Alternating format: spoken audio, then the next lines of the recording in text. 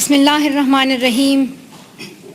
In the name of God, the most merciful, the most beneficent.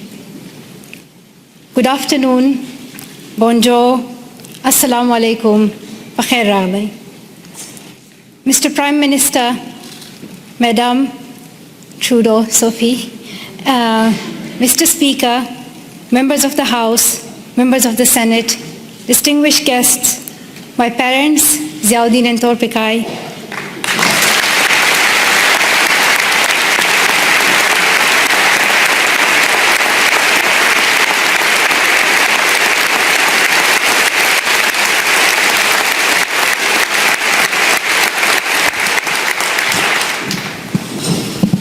and finally, the people of Canada, thank you so much for the warm welcome to your country.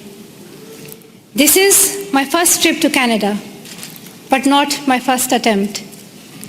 On the 22nd of October 2014, my father and I landed at the Toronto airport, excited for a first visit to your wonderful country. Soon we learned that a man had attacked Parliament Hill, killing a Canadian soldier, wounding others, and threatening leaders and civil servants in the building where I stand today. Canadian security officials and professionals advised us to reschedule. With sorrow in our hearts, we headed back to England, promising to return to Canada one day.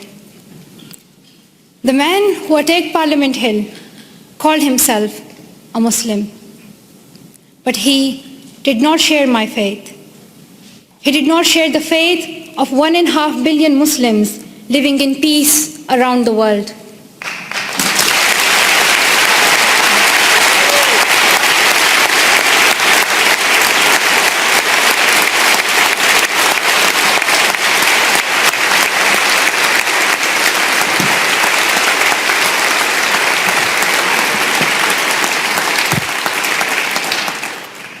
Sorry, the podium became too high, so I'm short-sighted, I couldn't read some of the words. So now I can read my speech. Back to my point that the man who attacked Parliament Hill called himself a Muslim, but he did not share my faith. He did not share the faith of 1.5 billion Muslims living in peace around the world. He did not share our Islam, a religion of learning, compassion, and mercy. I am a Muslim, and I believe that if you pick up a gun in the name of Islam and kill an innocent person, you are not Muslim anymore. You and the person who attacked Parliament Hill and all these terrorists do not share my faith. Instead,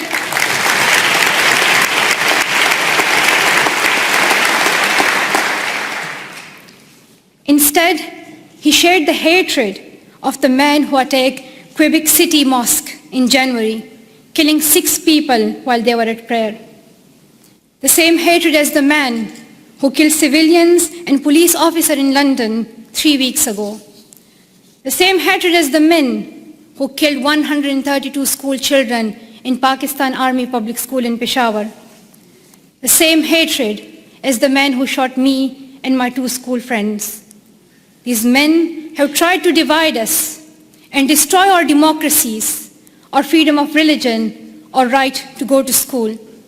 But we and you refuse to be divided.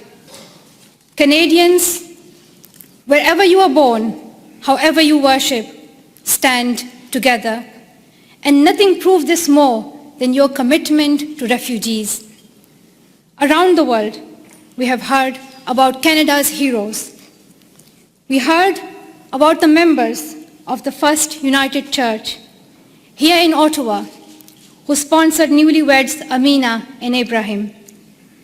A few months later, the family had their first child, a little girl named Maria. The church decided to raise more money to bring Abraham's brother and family to Canada so Maria could grow up with her cousins. We heard about Jorge Salazar in Vancouver, who came to Canada as a child refugee, fleeing violence in Colombia. As a young adult, He's working with today's children, immigrants and refugees, helping them adopt with the new culture and country.